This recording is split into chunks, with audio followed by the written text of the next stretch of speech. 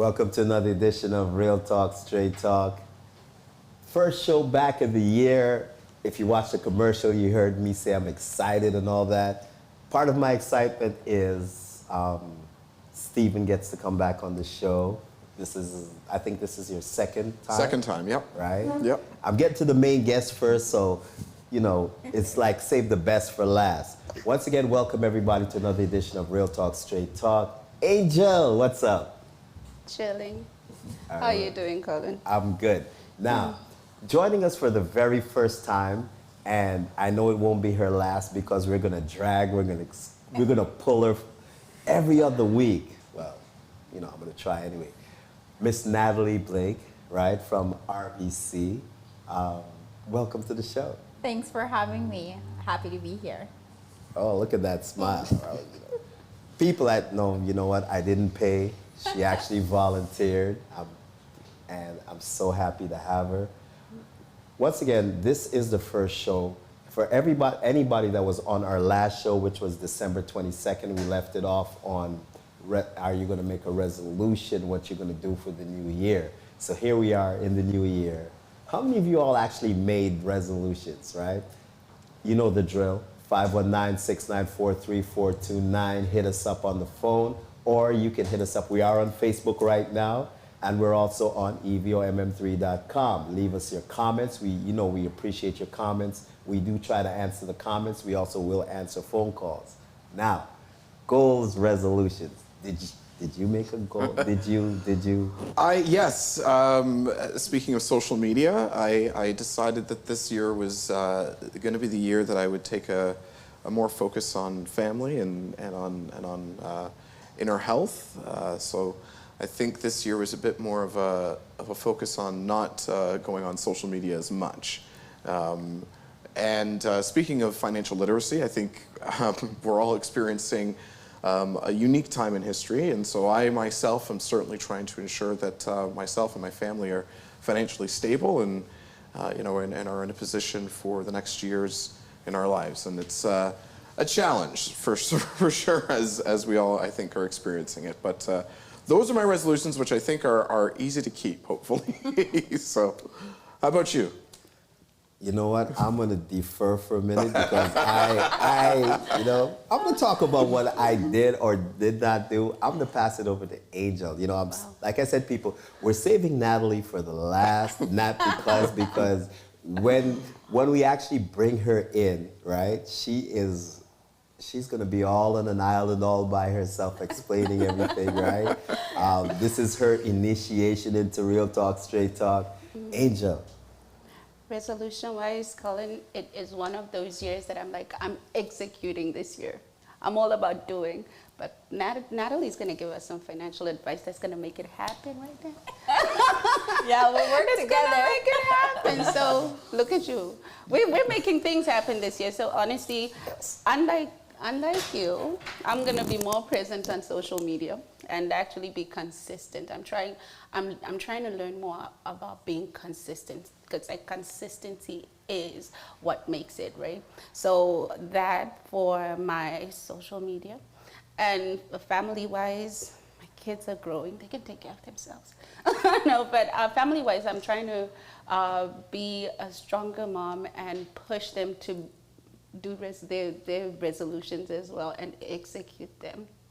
That's what I'm looking at. And then financially, like I said, Natalee's got that. Now back to you, Colin. And when she talks about family, for those of you that don't know, her son is our cameraman. Yeah. My son is the tech, so we get to ask them about their goals and their resolutions. I guess, you know what, I got to talk about myself. Did I make any resolutions? My resolution for 2022 and my goal was to make sure that all the shows start on time, right? We work out all the, as much of the technical issues as possible. Last year I called it our year to experiment and to actually develop, because, I didn't come and neither did my partner, Michelle. We are not from a video background, so everything we've taught ourselves. Look, I've got my son running tech, and these are things he's learned, and Sean is on cameras, and these are, everybody's learned, right? So we said, we're gonna roll with whatever happened last year, but this year it's about now we've rolled, so we should be at a spot now where there are things that just shouldn't happen.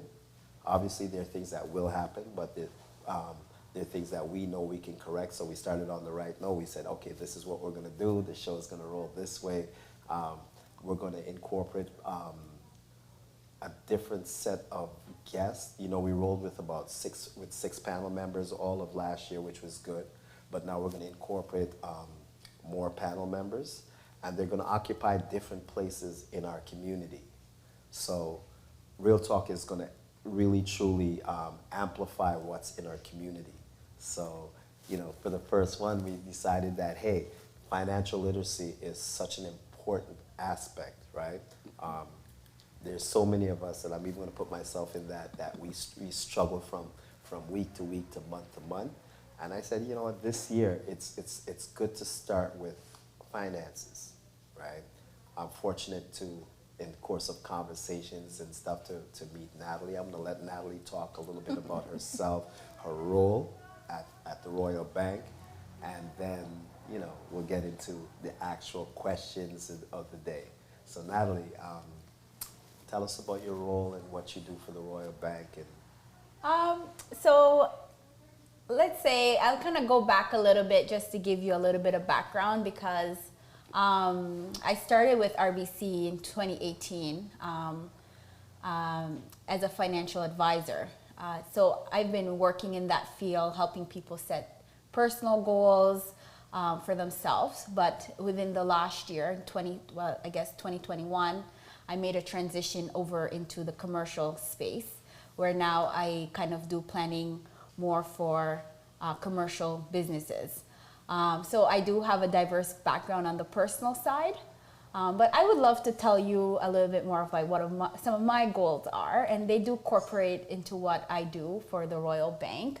I would say, for me, it's about the community involvement. A lot of people, even though I came back to Toronto, from Toronto to London 2018, you know, I know your daughter, growing up with her through high school, that London is my home, and I basically returned. And now that I've kind of found my footing, it's really to use the skills that I have and knowing the talent that's out there as well, and how we can come together as a community and really show people what we're about. It's talking about real inclusivity and really harnessing strength. That's why I'm here, to see what part I play, but also to learn from everybody else. I think a lot of people have the impression that I know it all, but I don't. It really is looking at each person and say, you know, you're strong at media, Colin, I know that, and know you from the music industry, but it's not my strong point. Yeah. But I gotta trust you and trust what you're doing and hope that it complements what my strength is, right? So I know that's the topic we're talking about right now is financial literacy, and I know that's something that I'm very experienced with over 9 years in the banking industry. I have grown and developed under many mentors who have taught me the way, and I have been very impactful in a lot of clients' lives, and I want to bring that out in my community, and how can I play a part. So happy to answer any questions about that. We're going to touch on the community aspect for a minute, right? What we try to do in RTST is also make sure that the community is well represented, right? The good, the bad, and the indifferent. We don't take sides. But in the community, people such as yourself, when we step through the banking doors, how important is it for us to see someone that looks like us and represents us? You know what? Being in RBC, and I guess I kind of missed that huge part of my role there, apart from doing commercial banking, is that I lead the Southwestern Ontario Black Professional Network. And that's part of my role, is to bring in top Black talent to the organization so that we are represented in that space. And when people do come in, is to make sure that they're supported and they know that there's a community of Black individuals in there, and showing them how to integrate, not just with the Black community, but with everybody else, because they're going to face challenges in that space, and we want to retain and keep them. And that's part of my role in bringing everybody together to make sure they do feel included. So for me, I think it's very important. Language, you just think of something as simple as language or culture, how that could be misinterpreted because someone doesn't understand the frustration of what someone is going through and the expression that they're showing. It could be easily misrepresented, right? When I think about in my leadership days, which is part of the experience I have at RBC as well, and think of clients who came in, and it was nice because I had a really diverse team who speak languages from different places in the world, and clients who walked in who struggled to communicate basic needs of like, I need to send some money to my family. Can you show me how to do that? And then having that language barrier or that cultural barrier, you can see people's shoulder fall back. It's something that I know RBC supports us in. It supports us internally, and they support me externally as well to be out in the community and represent for them. So yeah, it's a very important question, and I think it is a very important thing for us to have. And we know there's more work to be done, but it's something, just trust that it's something that we're continuing to work on. Okay. With that, do you feel that you're appreciated in your community? Sometimes there's a stigma. Even though we want to see the person that looks like us, sometimes we don't always embrace that person. When you're in a small community sometimes, and you know everybody knows everybody, you don't want certain information, you're worried about so many things, you're worried about looks. Do you feel, or have you felt that kind of vibe coming from people? I would, honestly, maybe I'm an optimistic person. Inside of work and outside of work, I tend to get along with most people. I'm very social. It's part of the skills why I do the job that I do to work with clients. I feel like that's why it is my goal, because I feel like a lot of people who know me on a personal basis out in the community don't realize what I do. I always kept the two separate, yeah. And that's why I'm really working on merging them. Part of my job is part of my identity, but my community is also my identity. And how can I bring them together? And I shouldn't really have them on two different platforms, right? So it's spaces like this that allows me to bring them together. And I didn't realize that. And I think from developing, I realized that, no, you should be bringing them together. We always say when you're at work, keep your work hat on. Yeah. When you're outside of work, you're a different person, but really, you should be able to bring who you are outside of work into your workspace, and I should be able to leverage the opportunities that are there inside my workspace into my community. And I think that is why I'm here, and that's what I want to accomplish, not just in 2022, but ongoing. Ongoing. Yes.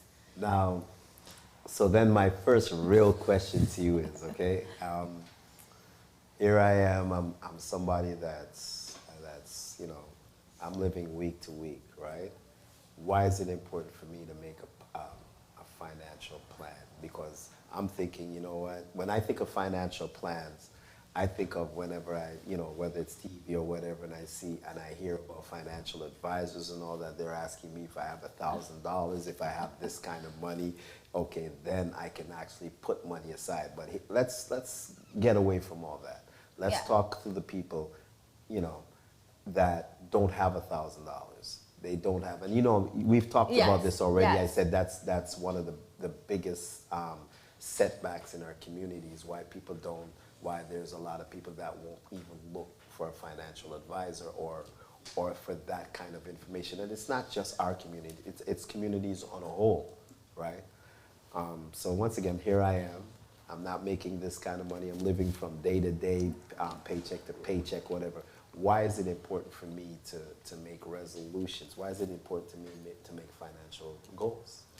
Honestly, financial goals is so important because when people think financial goals, I think they always think like this big picture, right? And it really starts from something small. And the goals, there's going to be many of them. You can have a short-term goal, a medium-term goal, a long-term goal, and you put realistic timelines to them and what's accomplishable, right? And the thing is, it's also prioritizing what goals are important to you, right? So at the end of the day, obviously, it's not just the individual that impacts that. Life circumstances, so many things could change. And the important thing I want to let people know about, when you make a goal, just know that your plan is a living, breathing document, meaning that things are going to come in life that knock you off your financial path that's beyond your control, something like COVID, something like illness. These things happen, and I've seen it firsthand with clients. But having a plan is better than having no plan, because what that helps you to do is kind of put yourself back on path a lot easier, because obstacles are going to be there. It's there for everybody. But having the plan, and you don't have to have thousands of dollars, like you say. You start from something small. Let's say, Colin, for example, you have $50. You decide what you're going to do with that $50. What's a priority for you?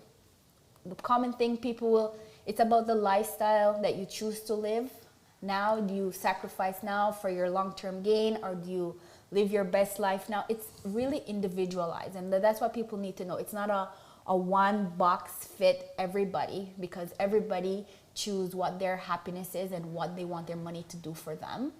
And that's what it's about, right? So it's really, that's why you have advisors, because what they do is customize the plan that you have based on what your needs are and what your wants are. Not what I think is right for you, what you think it's right for you, right? So if you feel like, okay, yeah, I make my money and I want to do entertainment, and that's what makes me happy, that what makes you happy. But for you, it could be about your children, like you spoke about, and that might be at the top of your list. Mm-hmm. So then the plan to get to each of those goals are going to look a little bit different. And that's why it's important for people to go in and seek financial advice, because it's not always about the amount of the money. It's about saying, this is where I want to be in X amount of time, and what am I willing to sacrifice to get there. I'd also like to say, just as a point of reference, I think that people should also remember that you can, so my experience has also been in banking, but in collections work.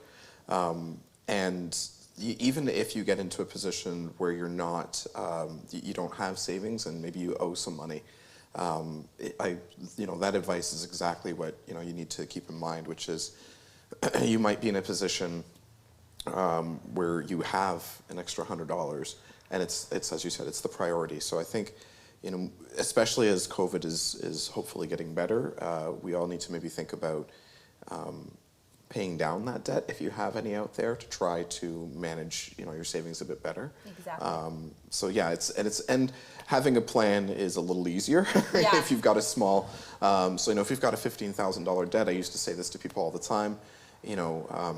Obviously you can't pay it today, because if you could have, it wouldn't be a debt to you. Yeah.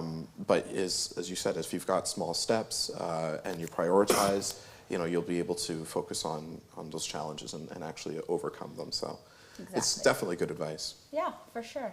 That's exactly. Now, Angel, I haven't heard from you, and Angel is like my go-to person, right? When I'm about to fail, right? And I'm admitting it in 2022. You never hear me admit this in 2021, right? When I'm about to fail, and I can always count on Angel, right? Wow. There's actually two people that I can count on, Angel and the professor. I believe at some point I'm going to introduce Natalee to the professor. The professor's like my bailout kind of guy. He's like you. He always comes with his pad.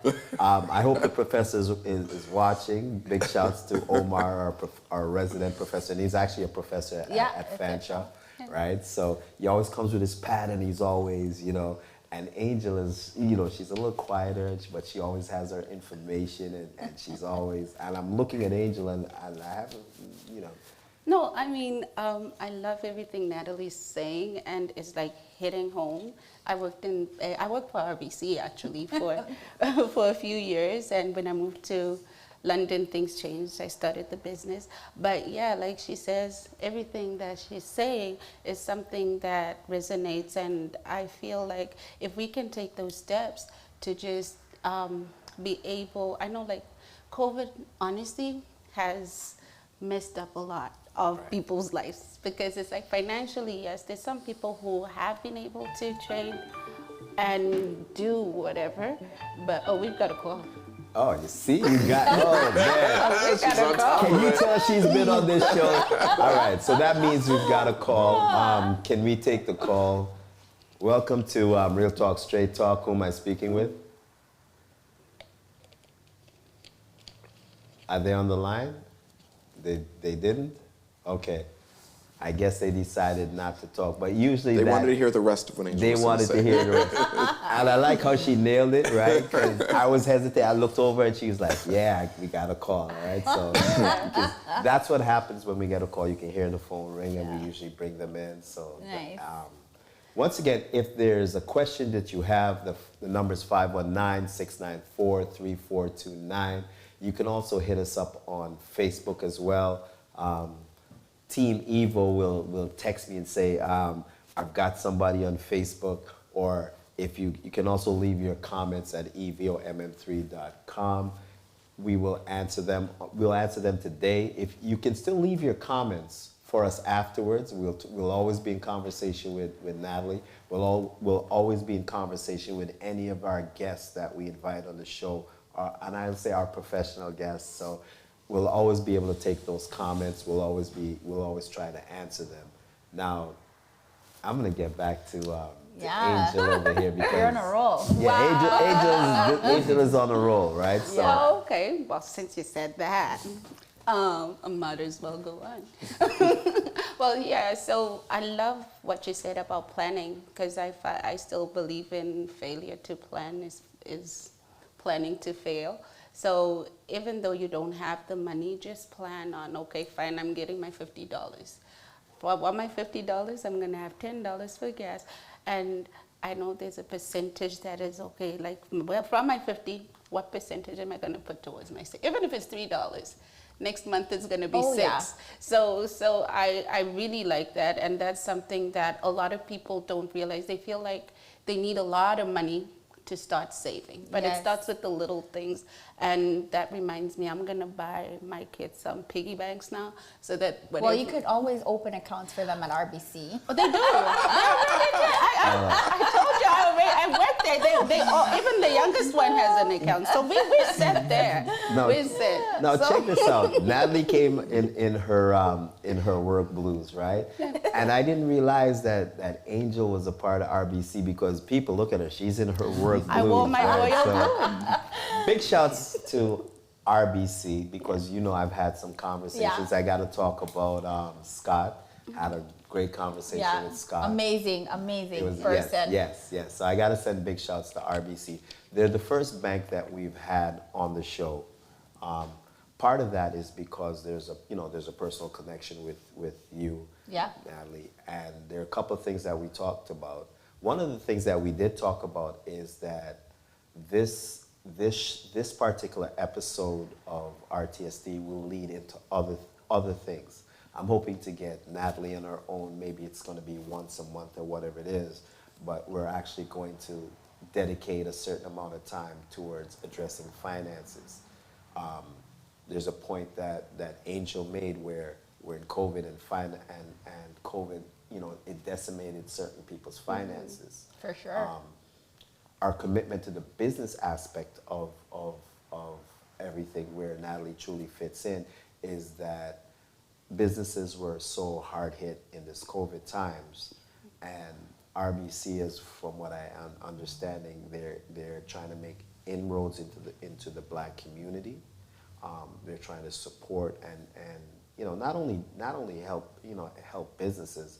They're also trying to encourage the younger generation, and so there are a bunch of things that we're going to talk about. One of the biggest things about having this podcast is at times it's a debate.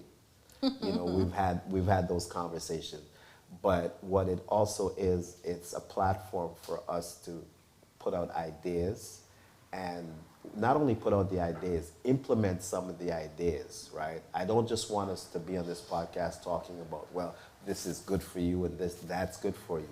There's going to be things that come out of this podcast where it's actually, all right, we talked about it, let's do something. And part of that's part of having Natalie here and talking about what comes next. But let's get back to, continue to what it is. Once again, I'm still talking about that poor person's point of view where they're also decimated by COVID, right? And just the thought of actually putting money aside, right, is still, and you said $50 and stuff, and I know I'm looking from a business point of view, hey, there are days I'm looking for that $50 as well, right? So Yeah. it's going to take a certain amount of dedication. And I think that's a part that I'd like you to, ask you about. What kind of dedication will it take? I want you to, to be real with people and say, Yeah. yes, this is what. And you talked about giving up Lifestyle. the lifestyle. Lifestyle. And I want you to, Lifestyle's a yeah, huge I want you one. to talk on that on some So more. like this could apply for like anybody, but there's certain lifestyles that we have that comes with an expense, but you have, and there's nothing wrong with them. If you need to travel, like if you think about this community, if you need to go back to your home country once a year, that might be at top of your list. There's nothing wrong with that, right? But you have to choose. Do you sacrifice not going home for 3 years so that you can start building some wealth and then letting that wealth work for you, right? There's different ways of doing it. You have to think about also income stream. That is very important as well, right? I'm fortunate to work where I work, but for other people, it might not always be the same. If you think about you being brave to start your own business, that's something, we all have a skill, we all have a talent. It's really, education is a piece, right? Your knowledge, your skill, how do you put that all together, right? There's so many talented people there who could do hair. I could just use you for example, but do they have the knowledge to run a successful business? And where do they get that knowledge from? Do they have to go to formal education to get it? Do they self-teach like you did yourself? There's so many ways of doing that. So first, it's either you increase your income to manage your lifestyle, and if income is something you can't control or it's uncontrollable, then you have to change your lifestyle to come to where your income level is at, right? So that's something like a broad topic, and when we think about personal finance, again, it's all depend on that individual and them choosing, okay, this is my number one thing for the year and I want to go for that. That's what I want to accomplish, or my top 2-3 things.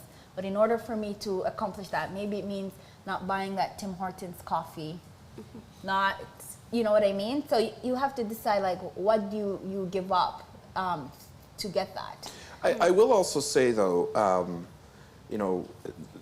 again, coming from the banking industry and then where I'm in now, and full disclosure, as we've been just looking into, I think people do get hung up on, I can't do something because I don't have the means to do it right now. And what has surprised me the most being in the positions that I've been in so far, especially dealing with non-for-profit organizations, is just how much money is out there, just how much education is out there for you to start your own business, for you to, whether it's music and the arts, whether it's hair, whether it's finances.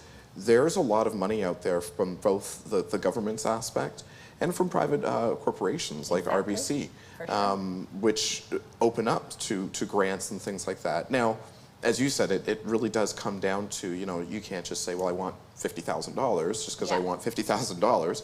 We all want that, but it comes with, there are some options out there. Exactly. And I think that as long as you have an open mind and you do as much information and research as you can, you end up walking away with possibly opening up your own business or having that support.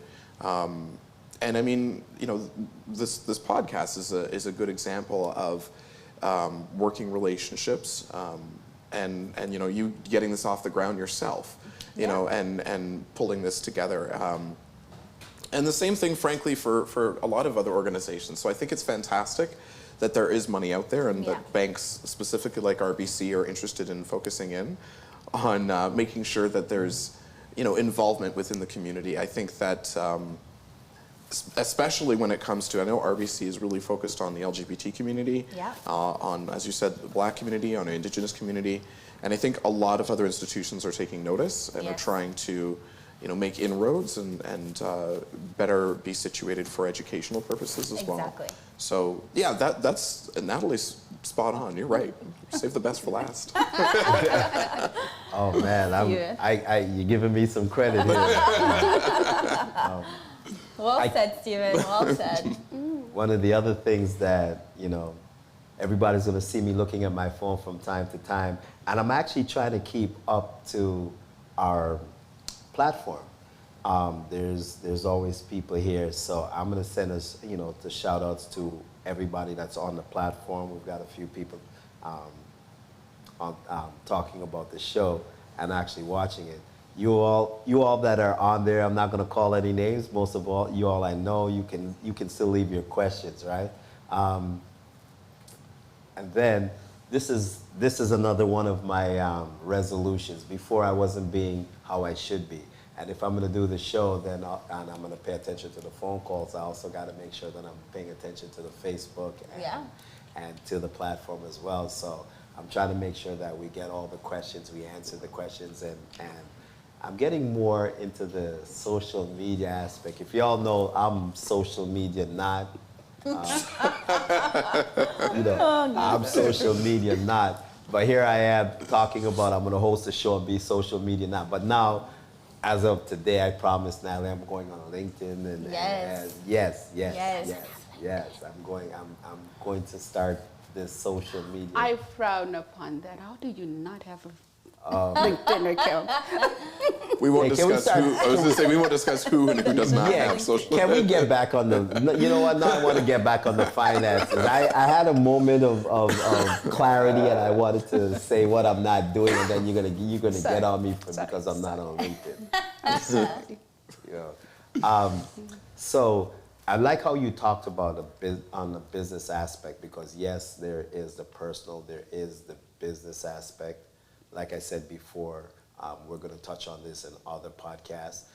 Since we're at the halfway mark, what I didn't do at the start of the podcast was send a big shout out to all our other sponsors. Yes, I gave the big shout out to RBC. We do have some other sponsors. We are sponsored by the Wien Community Center. You know, they allowed us to have our studios. So big shouts to Pastor Thomas and Pastor Charmaine. Pastor Charmaine is also, she's one of our panel members. You're sick. I know she's been sick for the last few weeks. I hope to have you back soon. We have this podcast on Friday. It's called Health Kick. So I'm hoping she's able to come out to Health Kick on Friday. Big shouts to putting the guys up like 7, right? That's another place that that's another location that we shoot from. So I think we're going to be there in about 2 weeks. So big shouts to Putin and the crew at Up Like 7. Got to send a big shout out to Ollie, the ladies of Ollie. Commercial interior design. We actually shot 2 shows at their location. So once again, big shouts. Can never forget Rhythm Movements Community Association from Ottawa. They've been with us from the start. They've got a few upcoming things. People in the Ottawa region, they always tune in on a Tuesday night too, and they bring a few people over. So big shouts to them. From Hamilton, Soul Kitchen Radio, they're another one of our sponsors in the fact that they also take excerpts from the show whenever we post stuff. They repost it and all that. United Cuts is in as well, Kwame and the guys over there. Of course, Pride. We've started to develop a working relationship with Pride. One of the things that this show, it's all about making sure that we are inclusive, right? We get into some serious conversations about this and that, and those are personal opinions, but what we do have to do is be inclusive as a community. We specifically wanted to start off the year with Pride because that community is still on, I'm not going to say, it's still not as accepted as it should be in our community. So I want to, there are things I want to start off with talking about money. I wanted to start off with Pride because, like I said, those are things that are very important. We have I think, I can't say enough about RBC. They're gonna, I'm hoping that they'll be a long-term sponsor or more importantly, partner in the show. There's sponsors, and I think sponsors sometimes it's the wrong word. We're developing partners. Everybody that I've called out, they're partners in the show, right? So, so yes, that's my spiel. I gotta say a big shout out and thank you to all of you, because this is the first show back, and we've been off for like 3 weeks. We had to regroup and make sure that we, the content that we wanted to put out. So to all of those of you that have been with us, I truly hope that once again, that your holidays were good and that you come into 2022 in the right way. This is all about finances to kick off the show. Next week, we're coming back. Start of Black History Month, so let me talk about that really quickly. Let me get that. For Black History Month, we've invited the London Black History Coordinating Committee. What they do is they plan a certain amount of events for Black History Month.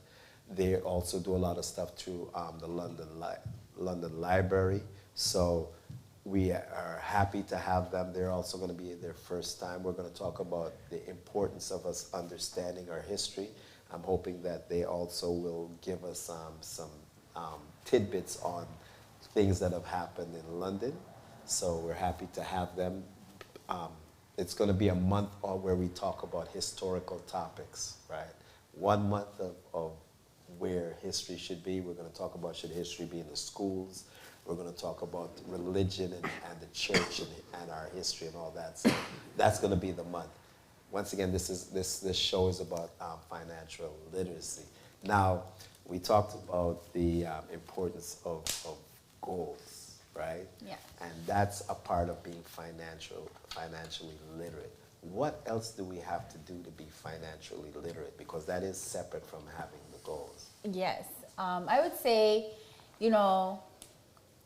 you would think financial literacy is this huge complex thing, but it's not. And if I think about even my grandparents, oh, should I stop for the call? Oh man, she is woo, On point. This on point. All right. I'll stop for the call. And this is how You have you to bear with me because I'm new, right? Yes. And I thank you, I saw right? all the eyes at me. Welcome to Real Talk, Straight Talk. Who am I speaking with? Did they just hung up. They just hung up. People were just like, this is like a new year and we're 0 for 2. I've never been 0 for 2. I don't know what's going on. Is it me? Is it personal? All right, we're 0 for 2. Right? Again, they wanted to hear the speech. All right, Yes. so you know what? You were saying? Okay, so you know what? Since the call is dropped, I'm going to get to what's online, and please bear with me. I'm going to get back to that. That's okay. We've got some shout outs, and we also have Jose asking, are there any budgeting apps that you use? Right? So we're going to talk about financial literacy, and then I'm going to get that question in there. I'm going to get you to answer the question. So please continue with the financial literacy aspect of it. All right, so I'm kind of trying to find my train of thought here. So the financial literacy part, we make it seem so complex. Like it's really, financial literacy goes back so simple before even bank existed, right? It's really figuring out what do you have coming in and what do you have coming out, and managing that. It's literally understanding if you have $100 coming in, what are your expenses coming out, and how much of that can you save? Obviously, it is developed over time to be more complex now to say that money that you have now to save, how do you make that money work for you and how do you reinvest it, right? And I think that's the literacy part. And even if I remember, even before I came into banking, I was never shy to go into the bank and say, I don't know, what should I do with this money that I'm making? I'm saving for my education. And I didn't have the knowledge, but someone else did. And it was about me really trusting that person to give me the right advice. And I think that's what's important. It's either you read some books and learn about it, or you go to the people. There's different, there's everything now you can find online. You can go into a bank, whoever your advisor may be and get some tidbits to say, okay, share with me. You don't have to always take that person's advice. You can take away and test it for yourself. Okay, they taught me about this. I'm going to go home and research that, right? So say you don't take it at face value, what the advice may be, you can go back and test it for yourself as well. But yeah, it's not as complex as people think it should be. I have a question. Yeah. I'm wondering, so I'm a little older, and I'm trying to keep up with some of the newer things that are coming out with regards to ways to invest and grow your money. What would you suggest for somebody who is starting out? Do you think that it's maybe a good idea for them to be keeping track of these NFTs and this crypto and all this new stuff, or stick with, maybe what they know and what they have in their bank account? I think one of the things, some of the regulations as us, the advisors, fall under is making sure we understand our investors' knowledge, right? And I think the more knowledge you have, the more you can understand what risk you're taking. Because investment now is only a small portion of overall financial advice, right? Right. There is your day-to-day spending, there's your credit, then there's your financial investment, which is kind of what you're getting into. And then I do have that background as well. But it's really important that we understand the client, the individual that is in front of us. Like, do you understand the risk that you're taking? Right. Because there's different levels of risk, and you all know the more risk you take, the better the return. Right. And it's not like you have to, if you have X amount of dollars, let's just say $100, you can choose if you want to use only $5 of that to maximize that risk, and then maybe another 25% you want to put in something that's maybe medium risk. You have your emergency fund, and then you have something, and it goes. Not risk is also measured with timelines. So it's a very integral piece of understanding the person risk appetite, Right. their knowledge of the risk, Right. the horizon of that goal, and what that money's put away for. So I think that's where it's always, even though these apps like Colin kind of go back into, you need that human element Yes. to put all of that into perspective, because it does get complex and there's a lot of information coming at us. I was going to say, and you keep hitting on this, and I think this is really important. You should have the knowledge as much as you can before making any decisions. And if you don't have that, seek that out. Exactly. Yeah, absolutely. Exactly. And that's a question I wanted to ask too about this cryptocurrency stuff, because I find the younger generation are kind of like, oh, I'll just invest in crypto, and Instagram, Facebook, people on Instagram make it so glamorous, and then they show off their cars and stuff like that. So instead of understanding the actual principles of saving, and I find the younger kids, like coming out of school, are like, why do I have to work? I can just put some money into crypto, and I'm just going to learn how to do this. Yeah. So, it's something that. Thank you. But I think it's very important too, right? And that's one of the things that that's why I said the time horizon is a very important thing as well. It's something we also look at. It's like, what is the goal? It comes back to that goal. What is the goal and purpose for that money? Do you need it for something long term? Do you need it for something short term? Because short term, you have to really look at your risk appetite. You're really taking a big risk in a shorter term, is just amplify that risk by so much more compared to if it's stretched over a longer time period, then it kind of mitigate the risk. And there's different strategy when you sit with an advisor that they can use to either mitigate that risk or find out what your personal preferences and what your knowledge is. And if you don't have it, there's people who learned it over time. I like the idea of speaking to the advisor, because even though there's possibly apps out there that we're going to hear about, I like that ability to have that one-on-one. But there's certainly more apps out there. The app is important though. Don't get me wrong. It's actually the foundation, because the app kind of shows you, it tracks you and it keeps you accountable. And I think consistency and accountability is where the app kind of comes in. That's good. I'm looking for some inside information. Give me the inside app that Royal Bank uses, right? Because to be honest, what I use personally is something what they call My Advisor. Yes. It is if for Royal Bank clients, it's in there. It's called No, My Advisor. I don't want the client advisor. I want the bank advisor where the bank is like, yo, so it's I'm integrated. It's Yeah. integrated, Colin. So it's something I probably could talk about on another topic if I really go. It's really integrated because what it does, it allows the individual to list their goals on there.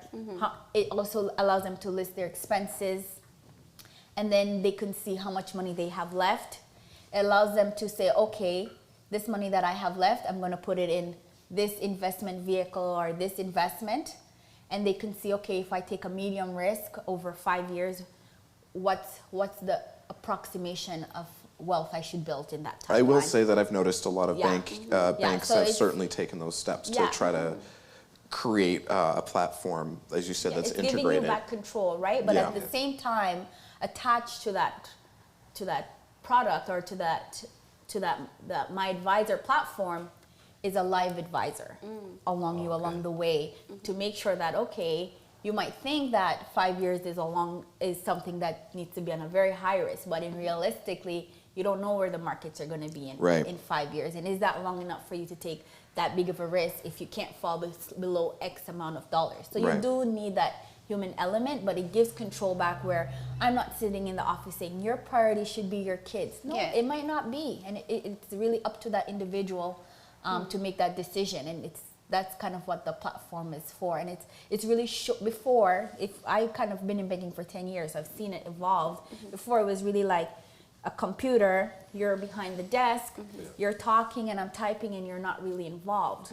Now they've kind of, that platform is like, we're using this platform together. You're putting in information, I'm putting in information, and we're having a conversation. So, yeah, I think, but there's lots of other apps out there, and most banks do have some kind of budgeting app in there. So, yeah. I love that about the budgeting app. Like every time it tells me, okay, you've used enough for shopping on this day.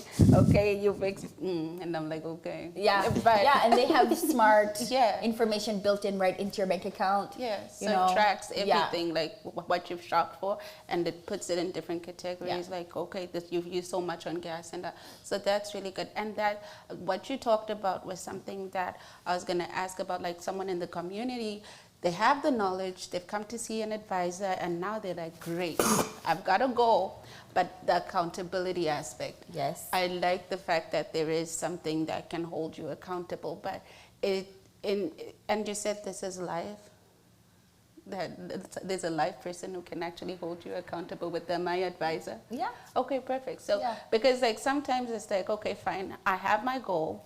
I need an accountability partner to help me through with my goal. But then sometimes I'm not making that money that I thought, you know what, I had geared to make this amount of money every month. And then sometimes I'm Yeah, that's why a plan is a live breathing document that's going to change when life circumstances change. It's not like you're always going to be on a But you high, see, right? It's good But that you mentioned that. have Because a a lot plan- of people feel like a plan is on paper and it's set. Yeah. You know what I mean? Yeah. And understanding that it's a live breathing. Hiccups may happen. Yeah, hiccups Things may happen happen. and you can change. Like for some people, it's if that plan fails in this month, then it's They're like done. they're Yeah, done. we gotta And be. then You it's gotta like- be. You gotta pivot. You gotta pivot and say, okay, I was planning to go on this vacation, and this came up, but you know what? I'm gonna take a step back and maybe I'll postpone my vacation for next year. Like simple. Like COVID is a I was living going to say, test COVID's a to test show of you this. that how people really had to pivot and navigate through these times, whether financially, emotionally, in so many different ways, right? And it's the same thing about life. Like things are gonna happen that you didn't foresee. And that's why that's part of getting a financial plan is mitigating risk.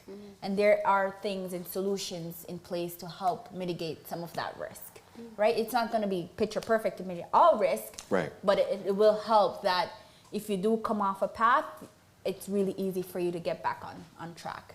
Now, I wanted to ask another question. In regards to, I understand the banks have all these, like last year they had the grant for Black businesses. Yes. Did a lot of Black entrepreneurs take advantage of that, or how did that go? Because like I know a lot of people try to apply for it and Yeah. they kind of left it halfway because they didn't know how to navigate through Yeah, it. it was rolling out. Yeah, it was actually quite, even internally as well. We were trying to get insight of like, okay, this exists, but how do we roll it Yeah. out? And I think, I don't know if one of the things we did with Wayne Community Center, we passed it on to say, okay, how can I get that out into my community for them to meet with their small business advisors? It is something that not a lot of people still don't know about it, I would say, in the London community. We've seen it in other communities like Toronto because our representation is so much bigger there that definitely took advantage of it. And it is still there. And I do encourage people to go in and maybe I can pass that information on to you and you can post it for them to go in and be able to apply for those grants as well. But yeah, for me, I don't think a lot of people did take advantage in the London area. But I know in other parts of Canada is something that people really did take advantage of because we're starting to see them come to fruition. I honestly believe it's due to the lack of knowledge about it. That's Exactly. right. I learned about that fund through you, which, you know, given my positioning, is quite interesting considering that this was introduced last year. So I think that it's just like anything else. It's like, you know, Black individuals trying to be more represented in banking. You just have to be aware of it and get out there and educate people on it. So.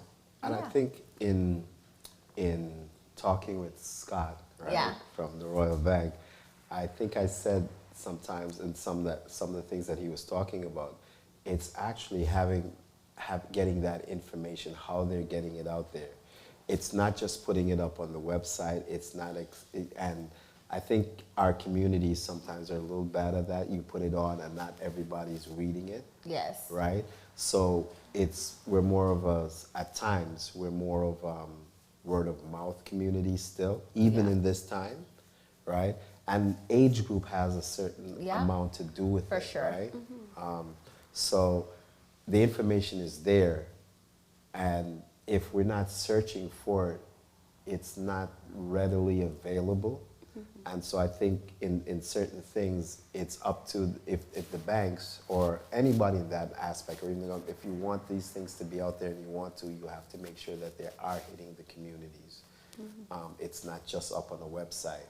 Yeah. It's not just, you have to make sure that it's saturated, and only then will you get an idea of who's actually using it, if they're using it correctly. Yeah. Because like you said, there are people that are not using it because they just don't know. They just don't know. But I think it's like, as Natalie was saying, like it's, you know, the institutions, the government, the banks, they're looking at this and saying, okay, you know, we want to do, and it's not just with Black, it's Indigenous, it's LGBTQI. There is certainly a focus on we need to be doing more, we need to be engaging more, we need to be not just giving money, but partnering, as you said, you know, getting directly involved. And I think there's just frankly a bit of a lack of understanding on both sides as to okay, how do we do that? How do we meet, and what's the best way to meet? But this, you know, these are the first steps: is introducing people, talking to people, and then you know, exploring those opportunities for, you know, financial growth in your own life and your own personal life. So And one last question for Natalie. I mean, like, I'm looking out for my business people out there. You know what I'm saying? So there was also the HASCAP loan thingy, and it was a loan probably that needed to be paid half back. But then I found, I'm not going to disclose the name of the bank. They have one representative as a banking advisor, a business banking advisor for the whole city of London. And that's a disservice to the community because it's taken like people like 5 months to qualify for anything if they qualify, but most of the time they declined. Because like if they were saving their credit in the time that they were waiting for the loan, like when they applied, their credit might have been good and they're looking forward to this loan. And then it takes 5 months, it drags on. And so they're kind of looking, and then they have to put more credit on their card and all that stuff. So it kind of drags up. By the time they get to it, they've mashed up their credit. For sure. So Does RBC have a good representation, like for business, for businesses, for if people wanted to see a business advisor? Honestly, so one of the things when, like I told you, I do the Black Professional Network as well. So if you think about even across southwestern Ontario, they've been very strategic to make sure that there's representation. They do have a lot of advisor, but also representation of the Black community to make sure that there is a Black community in there. To speak specifically of the HASCAP is the loan determined approval is based on the government. The banker is just the facilitator to say. I'm so sorry to interrupt. HASCAP, just for us who are not sorry. knowledgeable about this. Sorry about that. So basically, it's just one of the relief programs that they have for people who were businesses that were impacted by COVID. Okay. So it's another grant Another funds that are available to individuals. Similar to Tsiga and all those other ones. Sorry, thank you for clarifying. Yeah, sorry, thanks. Thanks for letting me know too. Yeah. So I totally understood you, and maybe I should have cleared that for the audience. about Thanks that. for letting us know that. But it's that one is a government funding, right? But it is important how fast that gets accelerated or not. Yeah, it could be on the government side, could have been on the bank side. I can't speak to your individual experience, but I could answer the question that, yeah, RBC for sure has a diverse team of business advisors. It is, given the space, I work from home. I know the business account managers as well and commercial account managers. We all work from home, and we're trying to be creative to find spaces where we could make our presence out in the community, let people know that we're there to support you, we're here to help you to whatever you're going through. And that's why we're appreciative for platforms such as like this, or platform like the Wien Community Center created. And one of my goals as well, as I'm kind of developed out in the community, is not just ask people like come to RBC, but come with something to offer, right? And I guess I can segue a little bit into some of the things we have coming up, but go ahead. I can read your mind. My tech guys have been looking at me and going, they've been showing me these signs, and I'm like, is that a peace sign? And he's like, yo, you're old, that ain't no peace sign, that's that 2-minute sign, right? So my age is showing up here, right? There's so many questions, and usually it's this time when we, where the conversation all of a sudden takes on another life, and I gotta tell my guests, you know what, we got like a minute left. Okay. And, we've literally got a minute left, right? So first of all, let me say thank you to Natalee. There's so many unanswered questions, right? There's so many things that we can still talk about. Yeah. I actually wanted to talk about something from a poor people's perspective again, because, it's so, but we're gonna have another follow-up conversation. I'm gonna say it's gonna be next month, because, not next month, March. We're gonna come back with the financial aspect, because in February, like I said, we have Black History Month, Black History related topics. I wanna thank Natalee, of course, RBC. I wanna thank Kevin, and I don't need to thank Angel, she's always here. Thank you, Angel. Thank you, Angel. Woo. Can you believe This is like fire for the next. I was just saying, when you go off air, you're gonna... Yeah, this is, right? Thank you to our sponsors once again, the Wien Community Center, Rhythm Movements Community Association, Soul Kitchen Radio, Up Like 7 Barbershop, United Cuts Barbershop, Ollie. Did I miss anybody? I always feel like Paranite Bar and Grill. Oh, I didn't even call them the first time around. Big shouts to Jiggy and the guys over at Paranite Bar and Grill. We've got this award show coming up. People check it out, And we will be back next. We'll be back next week, Black History Month. Thank you, everybody. This has been another edition of Real Talk, Straight Talk, and this is what we call, Natalee doesn't know this. What do we call this? A blackout. Oh.